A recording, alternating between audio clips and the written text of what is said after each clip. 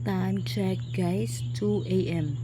Kasi brown out sa bahay namin guys, sa buong city. Alam niyo ba guys, yung buong city nagba-brown out talaga guys.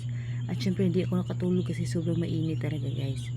At yun na nga guys, nagtutoothbrush nga ako. After ko mag-toothbrush guys, doon na nag-on yung mga lights, di ba?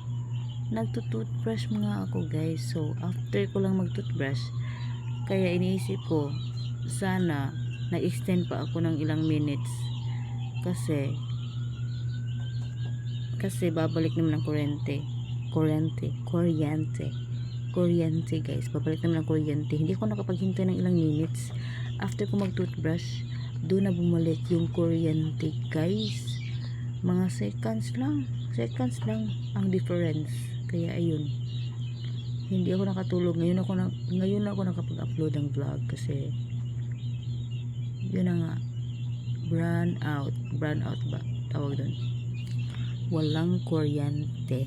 At syempre guys, I'm so sad kasi hindi ko na off yung plangka guys. Pero yung ginagamit namin sa bahay ay lights lang naman, siguro hindi siya makaka-affect sa bills namin siguro guys, no? Kasi kapag brown out daw, dapat i-off mo yung plangka sa bahay nyo para hindi lumaki yung bills nyo kapag babalik ng kuryente guys, di ba? At syempre guys, 2 a.m. na ngayon, hindi ako nagsisinungaling, nag-upload talaga ako ng vlog kasi sayang naman yung dollar ko. Yes guys, hanggang ngayon iniisip ko pa rin yung dollar ko guys. Syempre hindi nga ako nakatulog, sobrang mainit, kaya ngayon inaantok na ako ngayon guys. So ano, paano ba, matulog na ako guys or ano ba? Hi guys, well, reminder lang guys, kasi nagtuo mo guys na nag-vlog ko guys para makakwarta ko guys, pero wala mo na sayop. Syempre nag-vlog ko guys, kaya ako naman ng dollar sa Facebook guys, hapit naman sa mag-upload, hapit naman sa mag-pi-out guys. Mupay pagmata na ako guys, live update guys, Bisaya vlog. Syempre kailangan natin bumangon dahil kailangan pa natin mag-duty guys, kasi kailangan talaga natin mag-duty ngayong araw na to dahil yung dollar nga guys, wala tayong magagawa guys dahil malapit na talaga makapiat. Kapag hindi ka makapaghintay, sabi ng ibang vlogger, kapag hindi ka daw makapaghintay at magtigil ka sa pag-vlog, wala ka mapipiat dahil kapag tatapol ka na, wala nang dollar na ihahatag si Meta sa iyo, wala nang dollar na ibibigay si Meta sa iyo. Kaya kailangan mong mag-upload kahit ano pang nangyari sa dollar mo, huwag mo pansinin.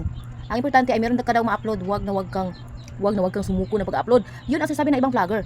Kapag tatapol ka na, kapag meron ka nang ma-feel mo na natatapol ka na sa pag-vlog at titigil ka na, ibig sabihin, hindi ka vlogger. Dahil yung mga vlogger guys, wala pakialam sa mga dollar. Mag-vlog lang sila guys. Yun ang sinasabi ng ibang vlogger. Kaya ako ngayon, kahit yung $15 ko, naging $14 na naman siya at naging $12, nagma-minus siya, pero hindi ko na lang iniisip yun. Kasi yung sinasabi ng mga vlogger na wag kang sumuko dahil sila daw, hindi sila sumuko. Kaya ngayon, marami na silang dollar. Kaya intindihin nyo guys, kapag vlogger ka, wag kang tumigil. Kahit may duty ako, inuuna ko pa rin pag-vlog kaysa maligo na ako, di ba? Kaysa maligo na ako, nagva-vlog pa ako ngayon. Kasi nga, syempre guys, alam nyo guys, akala nyo ba kailangan ko ng pera? Totoo yon.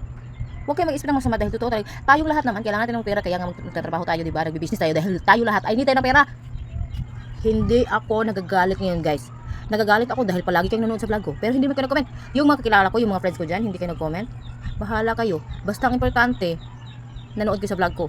Kasi hindi ka nag-comment, pero kapag nagkita tayo, ay yun ay itotopic nyo yung mga vlog ko. Viewers kayo, pero hindi kayo commenters. Yun lang, maraming salamat sa pagpanonood. Please subscribe, pakipollow, unsubscribe na naman sa mga hindi pa nakasubscribe at hindi pa nakafollow. Thank you so much.